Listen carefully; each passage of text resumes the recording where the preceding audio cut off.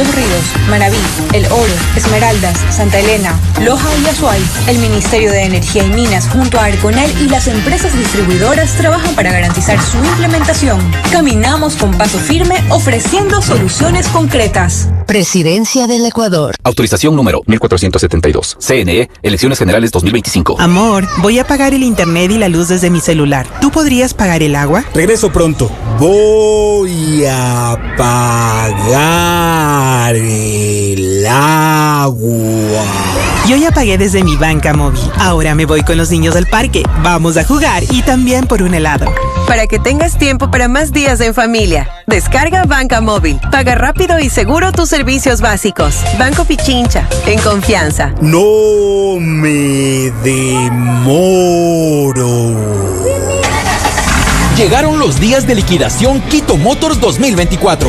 Bonos de descuento de hasta $3,000 para que adquieras el Ford que siempre soñaste. Escape 1.5 con asientos de cuero de regalo.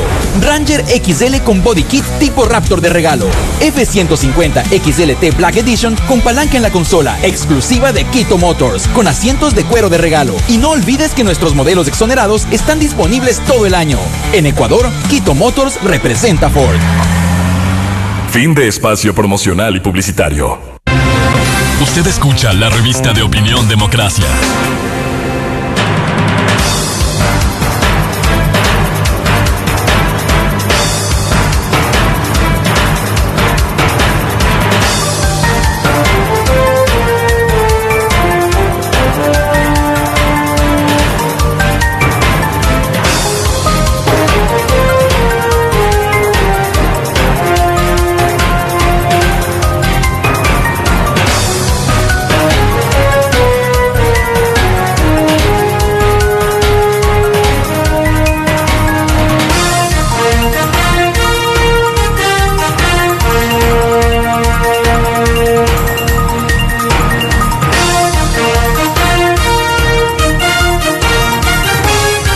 Con 37 minutos en el territorio continental ecuatoriano, buscando la verdad y abogando por la unidad nacional en pro de la paz y la seguridad en el Ecuador. Queremos dar la bienvenida en la revista de Opinión Democracia a la economista Rosa Matilde Guerrero. Ella es consultora internacional, profesora en el país, catedrática visitante en España, y también estuvo vinculada a procesos de la Superintendencia de Bancos. Pero es bueno, a propósito de este escándalo de intentar tomarse un organismo técnico de control muy sensible, muy delicado, que supervisa el sistema bancario y financiero del Ecuador, querer tomarse con una facilidad, sueltos de huesos, es decir, en los chats de los integrantes de la Liga Azul, en el caso Ligados, caso penal, hay que agarrar lo que hay de la Superintendencia de Bancos, cojamos lo que podamos de esta institución técnica que debiera respetarse. Yo quisiera, antes de entrar a este tema, de la amplia experiencia del economista Rosa Matilde Guerrero, que nos explique, porque conoce la Superintendencia de Bancos ecuatoriana, hoy hace consultorías precisamente para fortalecer la institucionalidad en superintendencias de bancos de Centroamérica. ¿Cuál es el origen? ¿Cómo empezó esto? Quizás político. Recordamos el juicio político que le hicieron a la entonces superintendenta de bancos, la doctora Ruth Arregui, y siempre hubo intención de tomarse para qué, decimos. Muy buen día a Rosa Matilde Guerrero. Primero, muy buenos días y muchísimas gracias, Miguel, por la invitación. Buenos días a todos quienes nos escuchan y nos ven por las redes de ustedes.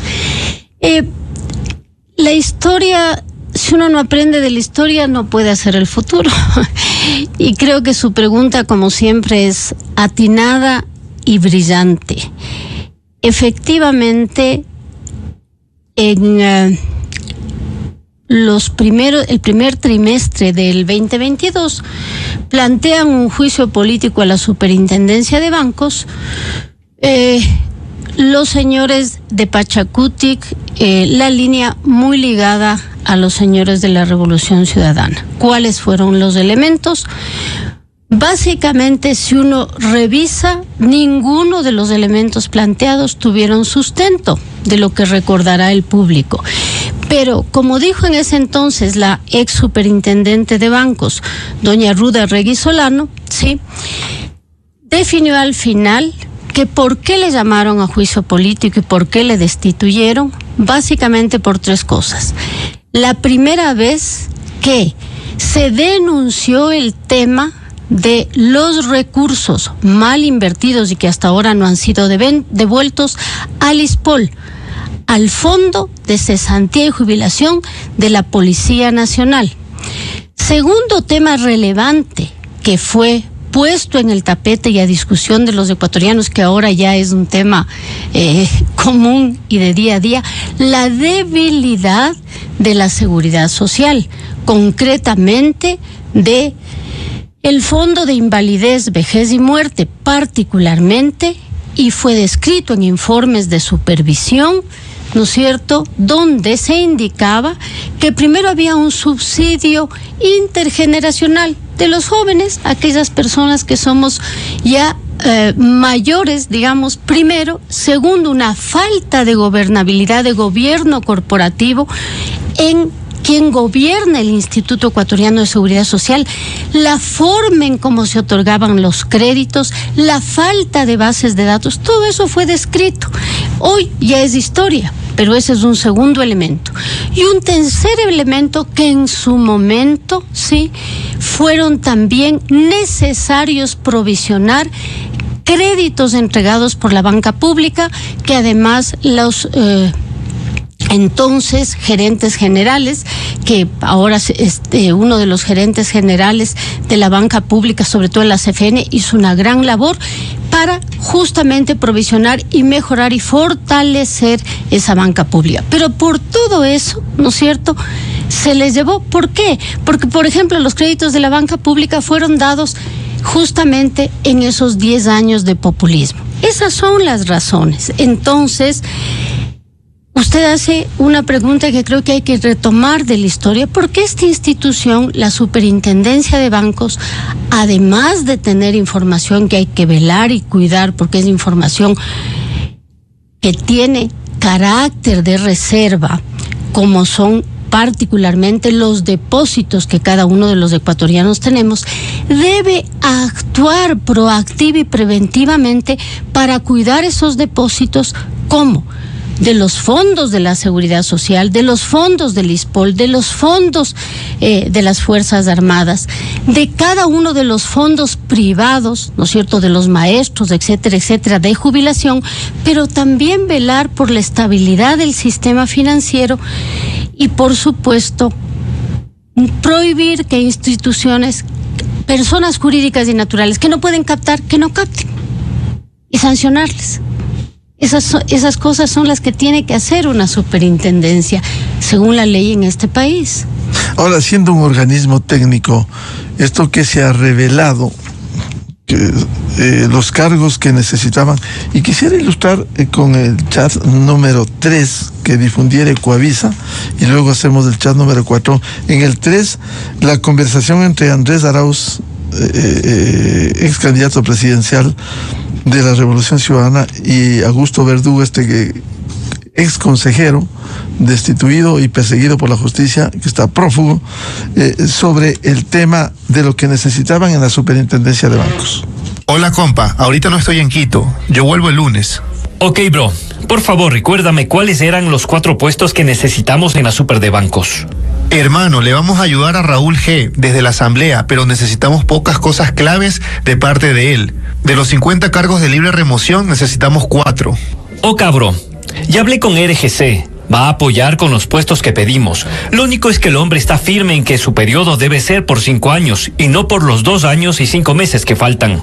Súper, pero esa es otra pelea que la podemos dar cuando ganemos la presidencia. Ahorita hay que agarrar lo que hay. ¿A quién quieren posesionar?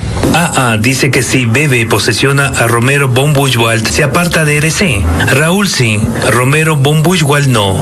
Pero no debe el hombre simplemente ir a despachar. Sí debería, pero el gobierno le puede mandar a los pacos para que no se pueda sentar, o la ministra de Trabajo pueda bloquearlo, o el MinFin, y así. Por eso es importante el respaldo de la asamblea y que Bebe no posesione sancione al otro. Sin la super de bancos, Luisa gana y se seguirá lavando dinero del sistema financiero, dinero del narco. Es demasiado importante la super de bancos. Es terrible escuchar esto, no son inventos, está en un proceso penal.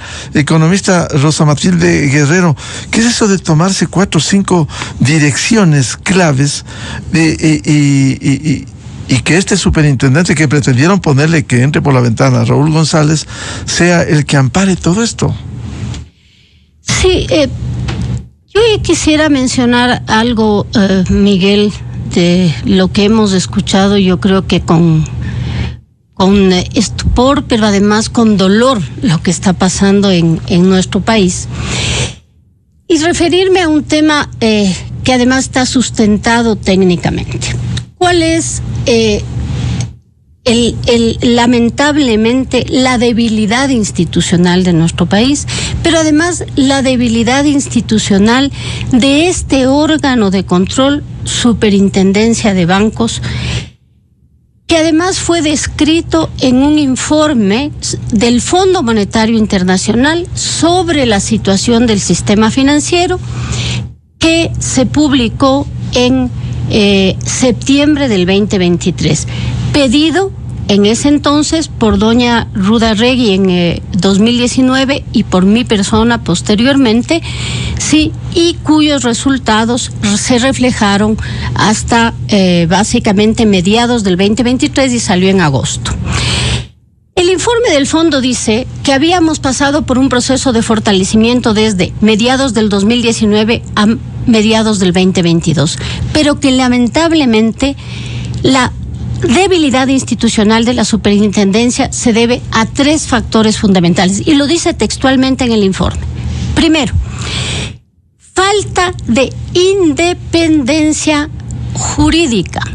¿Por qué? Porque la destitución, y lo escribe así en el informe del 2023, la destitución de los superintendentes es excesivamente discrecional, y adicionalmente el nombramiento de nuevos superintendentes está sujeto a demasiadas controversias políticas, así lo escriben. Primer elemento. Segundo elemento, dicen los técnicos del Fondo Monetario que la debilidad institucional de la superintendencia se debe a una falta de independencia en su presupuesto, asunto que además lo vivimos internamente. ¿Por qué es esto? Si bien las instituciones a quienes controlan tienen que pagar su cuota, esto entra a una cuenta que se tiene en el Ministerio de Finanzas.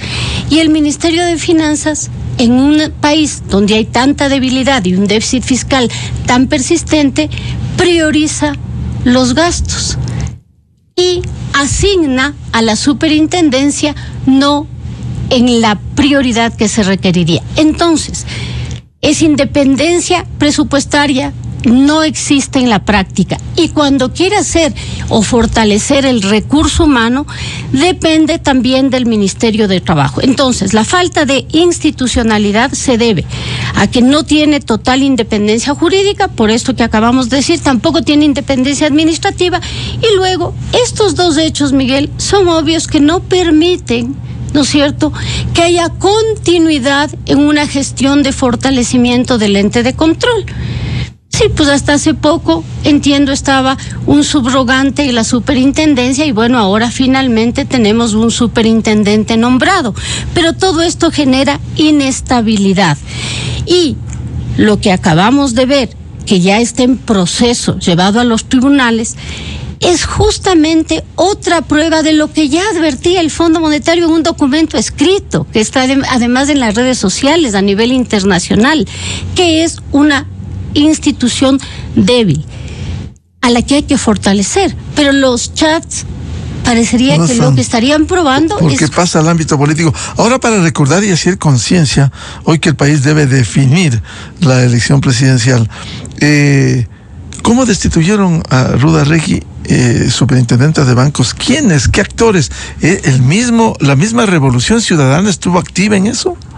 Sí, bueno, los votos principales, si es que recordamos, ¿no es cierto?, fueron los votos evidentemente de la Revolución Ciudadana y de Pachacutic, de una parte, hay que ser claro, de una parte de los señores de Pachacutic.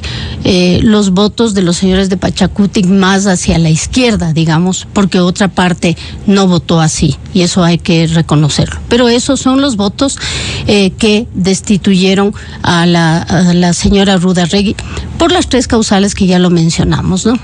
¿Y por qué esa ambición de tomarse al menos estas direcciones permanentemente cuando se habla de lavado de activos y todo eso desde la Revolución Ciudadana? Sí, yo me permití hablar de por qué la debilidad institucional ya manifiesta y estas razones que acabamos de mencionar. ¿Pero por qué? Porque ¿cuáles son las funciones claves de la superintendencia, Miguel? Y su pregunta es clave. A ver, vigilar, auditar y controlar las instituciones financieras que regula, o sea, bancos, calificadoras de riesgo e instituciones que prestan servicios financieros. 1. Pero además, y esto es muy importante, autoriza, sí, debe autorizar a quienes pueden entrar a captar o prestar en el mercado a nuevos autores, a nuevas instituciones. Pero, y esto es fundamental, ¿no es cierto?, que es que tiene que sancionar a todas aquellas personas naturales o jurídicas que estén captando o prestando al margen de la ley y que no hayan sido autorizadas para captar o prestar. Esto justamente tiene que ver con varias de las funciones que en este país lamentablemente se relacionan con el lavado de activos, financiamiento del terrorismo, dinero ilícito. ¿Qué es esto? ¿No es cierto?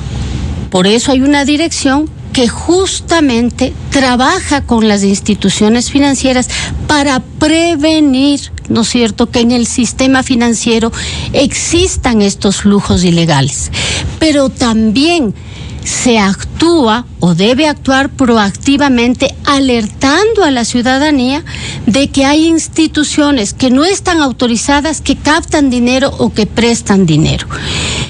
En el periodo 2019, mitad del 2022, se alertaron por alrededor de 150 instituciones de este tipo, pero lo importante no es solo alertar, Miguel, sino que además de alertar, documentar los procesos y en un trabajo coordinado, muy bien hecho a través de un convenio que ya existe, ¿sí?, con la Fiscalía y la UAFE, se documentó de estos delitos a la Fiscalía y la Fiscalía, con el gran trabajo que hace, siguió adelante en estos procesos de seguir los flujos del dinero ilícito, después de que se entregó la documentación de estas instituciones. La trazabilidad.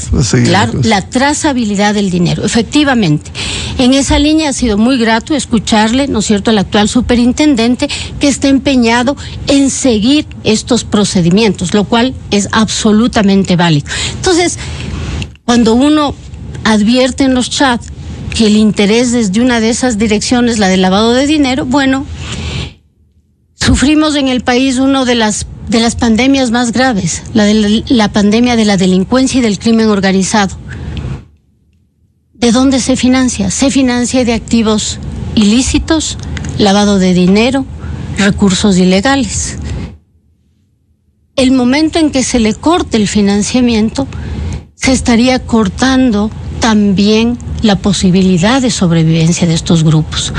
Por eso es tan importante, ¿no es cierto?, un plan estratégico interinstitucional entre las superintendencias, la UAFE, las aduanas, ¿no es cierto?, siempre coordinado con la Fiscalía, como ya se ha venido haciendo, y con ese liderazgo de la Fiscalía.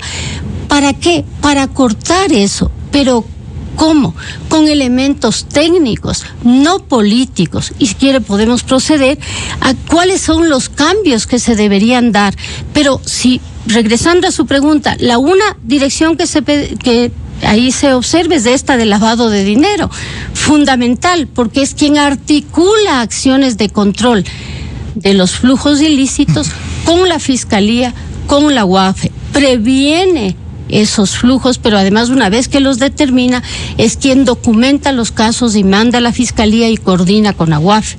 Entonces, evidentemente tiene gran poder. La otra dirección es una dirección donde se tienen las bases de información, tanto de préstamos como de depósitos y números de cédula, Miguel, de cada uno de los depositantes. ¿Eso es reservado? Los depósitos y los números de cédula evidentemente son absolutamente reservados, porque si usted o aquellas personas que están cometiendo ilícitos tendrían información de los depósitos de una persona o de los préstamos, simplemente podrían actuar de manera delictiva con mayor eficiencia sobre las personas, lo cual sería una tragedia, porque estaríamos dando información a gente que actúan de forma delictiva. Entonces eso es muy grave, más allá de otras consecuencias que podría haber, pero sobre todo esto, estarían dando información de su actividad económica, que es suya y está reservada incluso por la ley de datos. Por ello, economista Rosa Matilde Guerrero, queda absolutamente claro lo que pretendían hacer, tomarse estas direcciones tan delicadas, tan susceptibles de este grupo político, la Revolución Ciudadana. ¿Que quede en evidencia esto? Sí, yo creo que quedan dos cosas en evidencia: la necesidad urgente de institucionalizar nuestras entidades públicas, la necesidad urgente de fortalecer instituciones como las superintendencias en general, y la necesidad urgente, Miguel, perdone, de llegar a un acuerdo nacional de frenar el financiamiento del terrorismo. El gobierno ha hecho un trabajo importante, un gran trabajo, pero creo que se necesita un acuerdo nacional que pase por estas entidades a las que me refería, aduana, UAFE, superintendencias, que ya hay acuerdos firmados, como le decía, pero donde se priorice los procesos de focalización, informatización de los datos para que se pueda prevenir prospectivamente, ¿no es cierto?, los procesos de investigación, juzgamiento de operaciones ilegales, para lo cual hay que utilizar inteligencia artificial, pero hay que hacerlo ya, porque solo preventivamente, solo si se identifica antes, se pueden reducir inclusive los costos que esto puede acarrear en las instituciones financieras, pero se reduce los costos, se localiza antes dónde están los flujos, identificando riesgos por sectores económicos. ¿Cuáles son los sectores económicos donde más van este tipo de flujos? Viendo ganancias inusuales.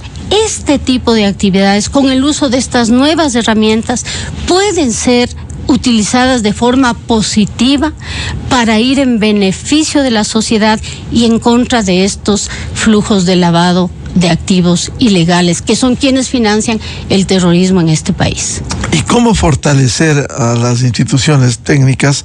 Porque uno compara, por ejemplo, perdón, con el Perú, en donde haya habido 6 presidentes procesados, 4 estuvieron presos y sigue la institucionalidad intocada. Un banco central autónomo, no sube el riesgo país.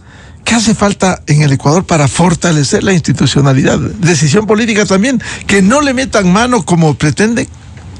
Absolutamente, Miguel, que no le metan mano en el Banco Central para extraer recursos y prestarle al fisco, y que entonces, si el Banco Central le sigue prestando recursos al fisco, finalmente vamos a terminar muy probablemente sin dolarización. Pero no solo eso, sino que usted acaba de dar un ejemplo fundamental. Perú, todo lo que acaba de pasar con los presidentes.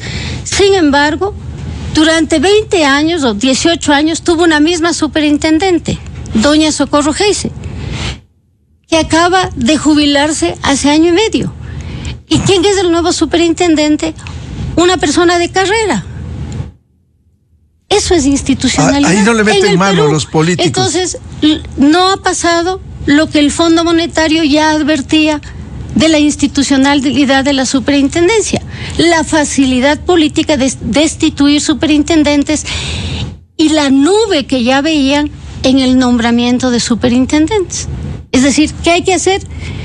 La necesidad de los políticos de comprometerse con las instituciones, de institucionalizar, profesionalizar, darles los suficientes recursos a la Fiscalía, a las superintendencias, a la UAFE, para que se profesionalicen, para que tengan los técnicos del más alto nivel y que luego no les sometan a los vaivenes de la política. Eso que debiera hacerse en el deber ser contrasta con esto que es evidenciado, el tratar de tomarse, es decir, sigue la vieja política que reivindicaron cuando llegaron al poder en el 2007, haciendo iguales o peores prácticas de tomarse instituciones técnicas de control. Sí, Miguel, o sea, sin lugar a duda, lo que nos demuestran, al menos en lo que nos han expuesto, ¿no es cierto?, lo que hemos visto yo ya decía, con esto por los ciudadanos, es muy grave, ¿no? Es muy grave porque las instituciones deberían ser técnicas y no topadas ni manoseadas por los políticos. Y para ello... Por los políticos en el mal sentido de la palabra, claro, ¿no? Porque la política es un arte de negociación, claro, bien llevada adelante, ¿no? Pero no lo que hemos visto, al menos, de lo que se nos ha puesto en las redes sociales, y la Fiscalía además ha subido en los chats, ¿no? Quien tiene toda la posibilidad de, según la ley, exponer estos temas, ¿no? Pero esto lo que nos llena es de dolor, porque están minando, claro, las estructuras más importantes del país, que son las instituciones, y una institución que debe defender los depósitos de los ecuatorianos. Por ello, lo que usted ha dicho, la importancia de fortalecer a una institución técnica como la superintendencia, con el ejemplo que usted nos ha descrito, el del Perú, la estabilidad, el respeto a la parte técnica, y no seguir con estos actos que sí debiera preocupar a los ecuatorianos. Total y absolutamente, Miguel. Y sí reiterar que todos deberíamos hacer un compromiso, además, por la educación financiera, pero inclusive educación financiera de no al lavado, de no al dinero ilegítimo. Claro, lo cual significa que por otro lado tengamos todos, ¿no es cierto?, mejor acceso a la inclusión financiera, préstamos, al ahorro, etcétera. Por eso tiene que ser un compromiso de todos, porque yo puedo decir no al lavado, no recibo dinero ilícito, pero si es la única fuente de préstamos que tengo, entonces por eso tiene que ser un compromiso de todos, una estrategia nacional que incluya todas las aristas de esta ecuación. Muchas gracias, como siempre, un gusto a los tiempos.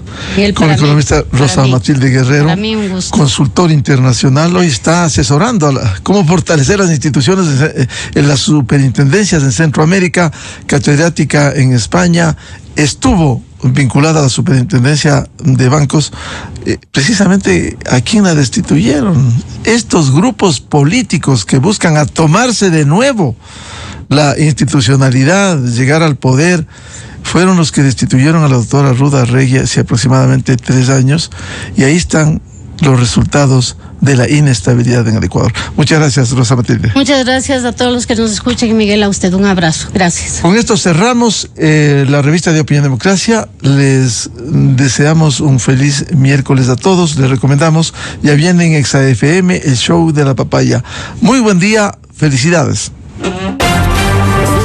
La revista de Opinión Democracia, buscando la verdad en todas partes. Inicio de espacio promocional y publicitario. Ecuador enfrenta una época de lluvias sin precedentes. Para aliviar el impacto